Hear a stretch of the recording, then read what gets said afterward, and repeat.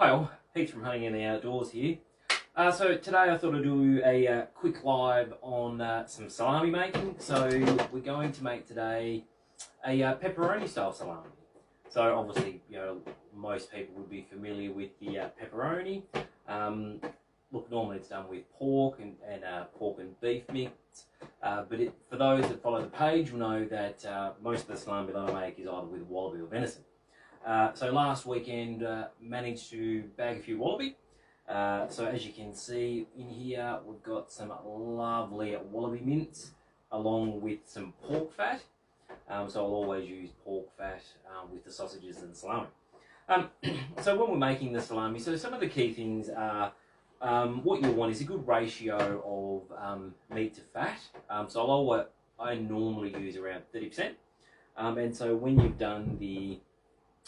minced your salami, so I'll normally mince it on a medium grind along with the pork fat and the meat, but I'll also leave out about 10% of the pork fat and just leave it in cubes. So cube it in about 1 centimetre little blocks, and so that way what you'll find is you'll actually get, once the salami is dried and it's ready to cut, you'll actually start to get a nice look throughout it. So I've kept some of the sides. So as you see, you'll start to get a nice look through the salami instead of just being smeared through. If you can see that, get some nice little chunks of fat going through there. Don't worry about that because you're slicing it so thin it's not going to matter anyway. So yeah, so nice little chunks of fat you want through there. Based on whatnot.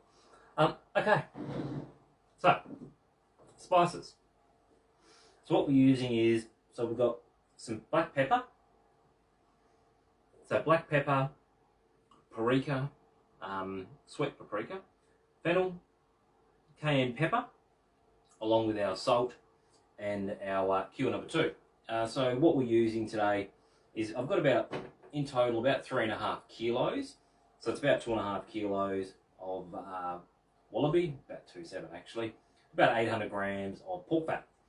So break that down. You always want roughly around 2.7 grams, or sorry, you want about 3% total for salts. So I normally put in about 2.75% of the per kilo, just normal kosher salt, and then the cure number 2 about 0.275. So it adds up to be roughly about 3 kilos of salt. So what we'll do is we'll pop that in with our mix of wallaby and pork fat. So the key with obviously with your salamis and stuff like that, is you want a good mix and a good bind. So we've got also our dextrose and our, excuse me, I can feel the pepper going up my nose now. Our dextrose and our culture starter, which is, I think it's called TSX, and so that will just help when you're doing with your fermenting. So obviously all salamis that are sold in Australia via shops should be fermented. There are some people that don't ferment their salami, but look, fermenting is one of the key steps I find. Just helps with your it just helps obviously with bacteria wise. If you don't ferment it, then you've got the chance that there could be unwanted bacteria that'll get in there, botulism and stuff like that, and that's why fermenting will help limit that particular chance of that happening. Not saying that it can't happen if your meat's not, if it hasn't been prepared the way that it should, but definitely there is that strong chance that it can happen if it's not done properly. So obviously with your salami, what it is a cured and fermented sort of sausage, and so the main goal is to have it shelf stable. So you're drying it out as part of the curing process. So normally, depending on the size casing you're going to use, the drying process can take anywhere from like 30 to 60 days. Can be a long sort of process. I'll tell you what, that's worth it. So when you're getting your mix, what you want to do is, you know, a lot of people say you want to give it a good sort of knead, like you're kneading dough. You know, your meat should be cold enough that your hands start to feel like they're getting frostbite.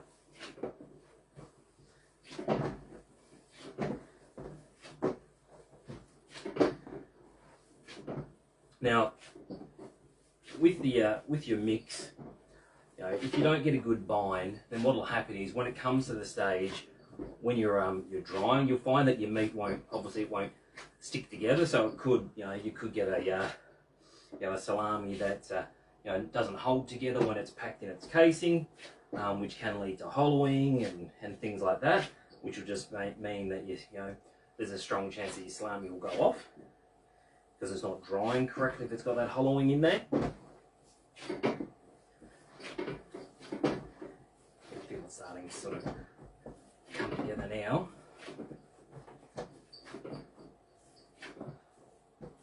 If anyone's on, let me know what you're up to today in this lovely Sunday. Obviously, we'll know what we're up to here, making salami.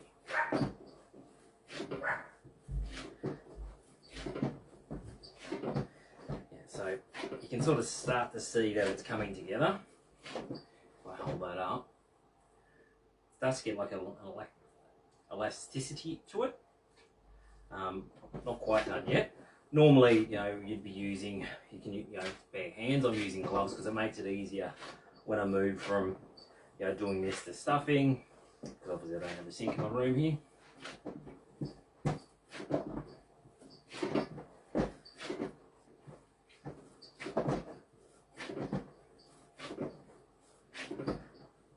So we haven't made a pepperoni style salami before.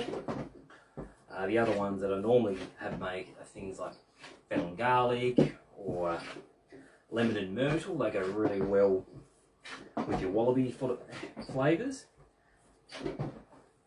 Or kangaroo, can get kangaroo over on the mainland. Obviously here in Tassie we have a lot of Wallaby.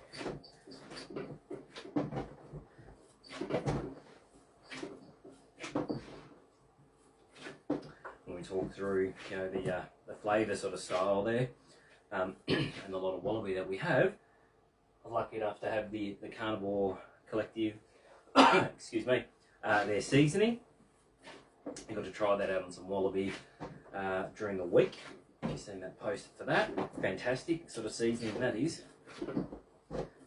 A nice different mixture of sort of ground coffee beans, cayenne pepper, a bit of fennel, you know, sort of fantastic sort of stuff there. Now we're starting to get a really sticky mixture now. Like I said, so you can start to see obviously the cubes of fat that are left in there. You know, don't be scared of that because, you know, as I mentioned in there, once you're slicing, it's not going to make a difference because you're slicing it so thin anyway. And the fat types you want to use is always try and use pork back fat. You know, you'll find that has a very good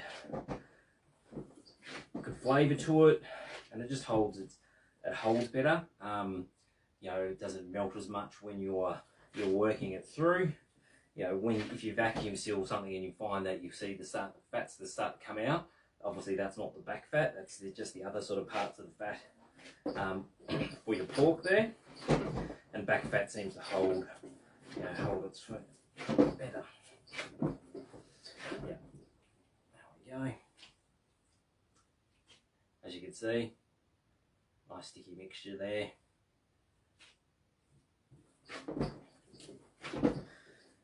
So you certainly can overwork it, which is something obviously you don't want to do. You know, it's only a small batch, so it should only take, you know, 5 odd minutes to fully work it together. And make sure we've got our flavours going through the whole batch. You know, not just concentrated in one sort of area there. Now you can certainly start to see that. Lovely. All right.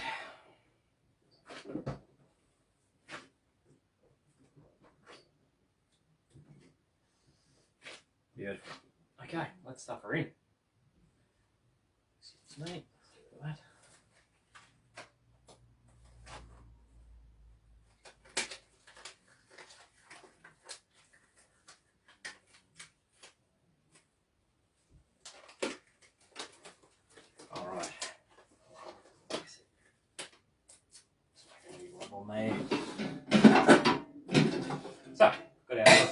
So I think this is, I think I said about a 5 litre sausage stuffer. Bigger nozzle on there because we're using bigger casings. Now, one of the keys when you're popping it in there, packing it in, you need to want to get a really nice tight sort of pack in there. The least air bubbles, the better. So sort of work it through there. I don't know if you can see that too well. No, just a dark hole there. And a bisque. All right. So least air bubbles, and that way, when you're stuffing your casing, in the end, you'll find that you've got less chance of air pockets actually being in your casing itself as well.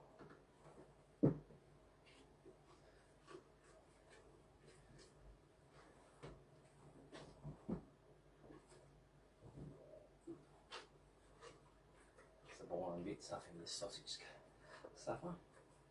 But like I said, it's one of the important, as important as mixing it. That way you're not going to get those air bubbles in there.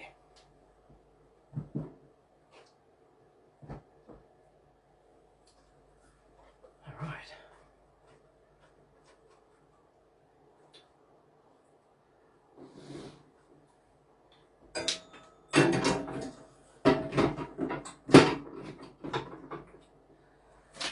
All right, let's get rid of that. Okay. Stuffing it wise, so what I'm using today is we're using collagen round end casings. So they're the preferred casing types for the Cleaver cabinets that I currently use. So they're obviously, as they say, they're rounded, so they're collagen, made from animal products there, and they have a feel like a rice paper really. So these ones are 65mm round by 400mm long. So what you want to do, just work them through the water.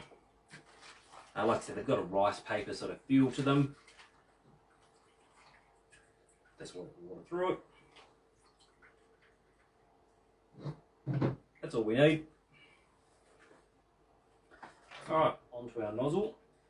Now, the stuffing part, like I said, so the stuffing part is the most important part. This is where it comes down to the fact that we don't want any sort of air bubbles in there. Salami pricker, I don't know if you can see that.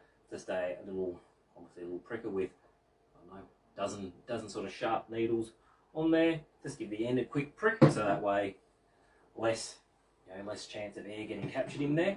So when you're holding it, what you want to do is nice and a sort of a firm grip just on the end of your nozzle there. Alright, we'll start to work it through. Okay, there we go. So you want to move it. Alright, so you start to feel it grab, obviously, as you're starting to pack it. As tight as we can get without the nozzle causing a pocket in there. Just keep moving through.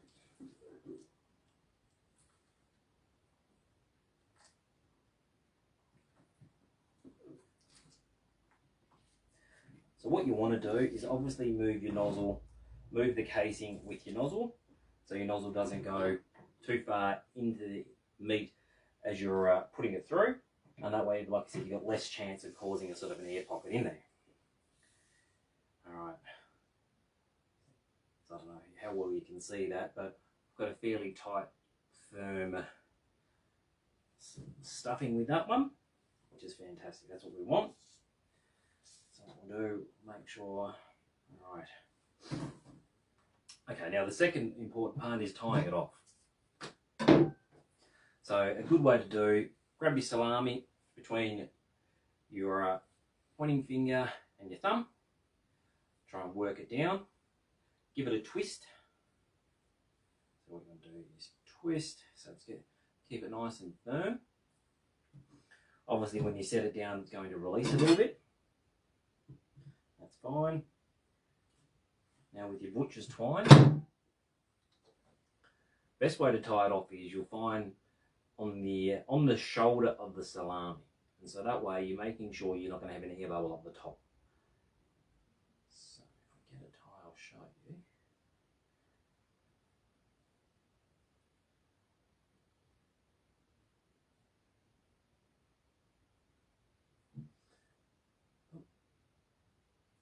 So yeah, there we go. So like I said, so on the shoulder of the salami is the best part to tie it.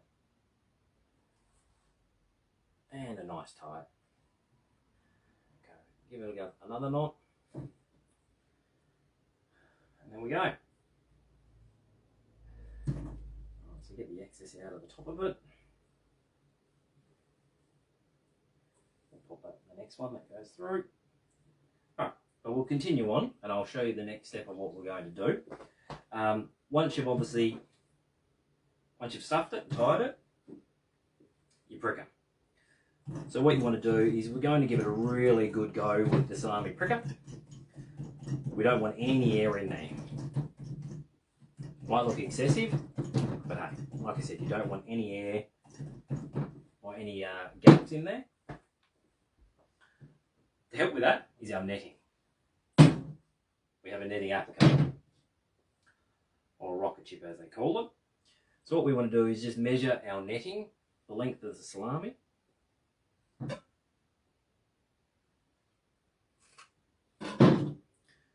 Alright, so what the netting is going to do is the netting is going to help with your salami during the drying process. Oh, it's not the best looking object to be playing with like that. Alright, salami, pop her in. There we go. Bring it through. And away you go. Done. So it's like a compression sock for it. So what that'll do is I'll tie that off up there and then we'll hang that in our chamber. But as you can see, it's got a really nice, the netting is designed for the 64 or the 65mm casings. And as that dries, the moisture is going to be coming out of your salami. So that means it's going to shrink. And so what this will do is this will keep the pressure really nice and tight in the in the meat to make sure that it's all staying combined and drying equally, and you're not going to have any sort of hollow pockets in there.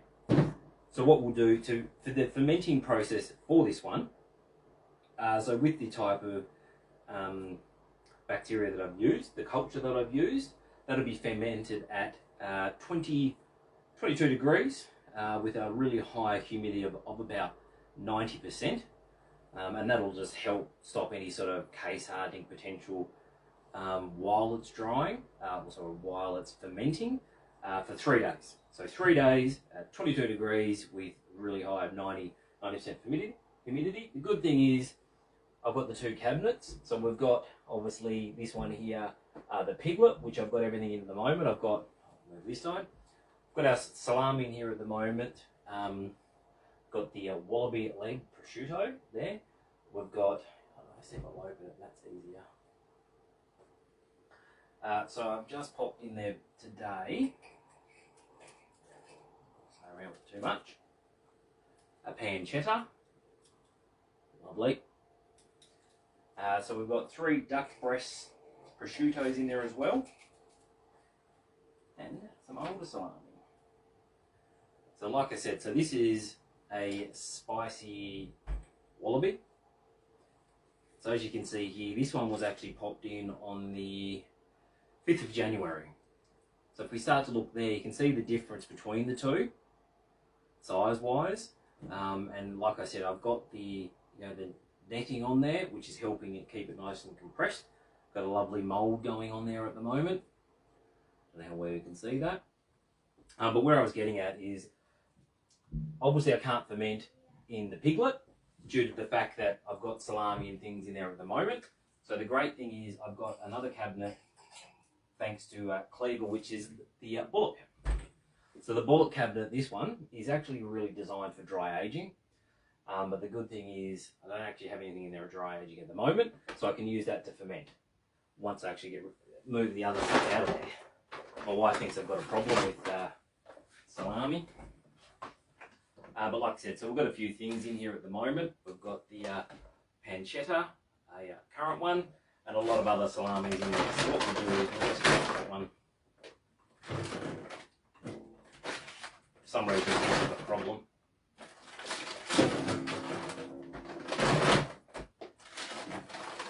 So I'm moving these to the other fridge.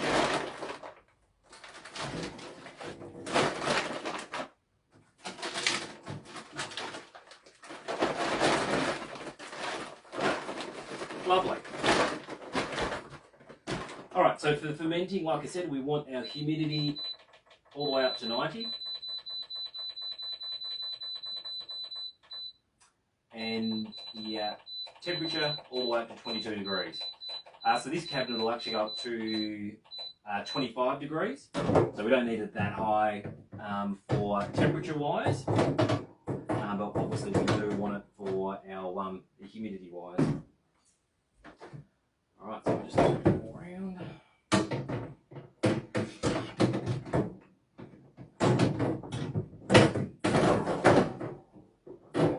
Done.